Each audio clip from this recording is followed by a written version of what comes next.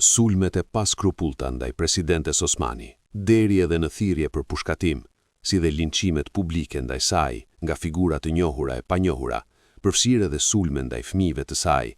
janë një politik që do duhet i përkiste së kaluarës së hidhur. Manipulimet me inteligjencë artificiale, të cilat e dehumanizojnë presidenten dhe ata që mendojnë ndryshe, vetëm që të nxisin urrëtie të pakontrollueshme e për qëllime elektorale, me të vërtet janë të gërditshme. Kjo fushat e thirrje për dhunë është sa rrezikshme dhe tërësisht e papranueshme për mua dhe më ka prekur shumë. Si njeri që gjithmonë ka promovuar paqen, dialogun, mirëkuptimin dhe respektin, edhe me njerëz me të cilët kemi dallime politike, unë nuk mund të rri heshtur e i strukur përballë një situate të tillë. Sot është Vjosa, nesër mund të jem unë, pas nesër ju, apo vajza e djali juaj që mund të kenë një bindje apo ambicie legjitime të dallueshme nga partia.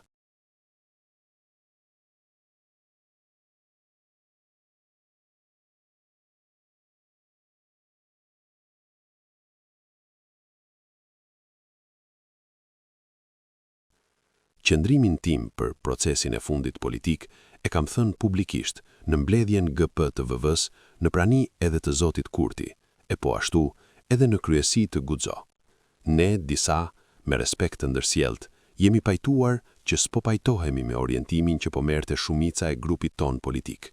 Por edhe pse ishte ky mos pajtim politik i rrallë mes nesh, nuk do ta kisha menduar kurrë që do pasonte kjo fushat bazuar në linçim, fyerje, shpifje të ulta e deri në kërcënime nga kolegë deputet, politikan, miq të mi të njohur e panjohur, nga amu ata që deri para 5 ditësh e quanin Vjosën Osmanin krenari të Kosovës. Prandaj në shenjë proteste dhe për të mos identifikuar veten me këtë fushat të ulët, kam vendosur të jap dorëheqje të parevokueshme nga të gjitha pozitat në partinë Guxo.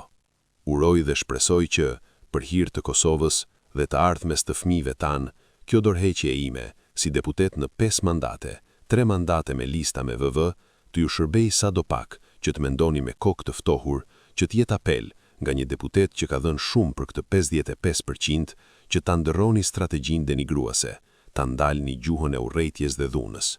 Mbani qëndrime politike, por aman shpërndani më shumë respekt e dashuri mes nesh, sepse ajo është që na duhet.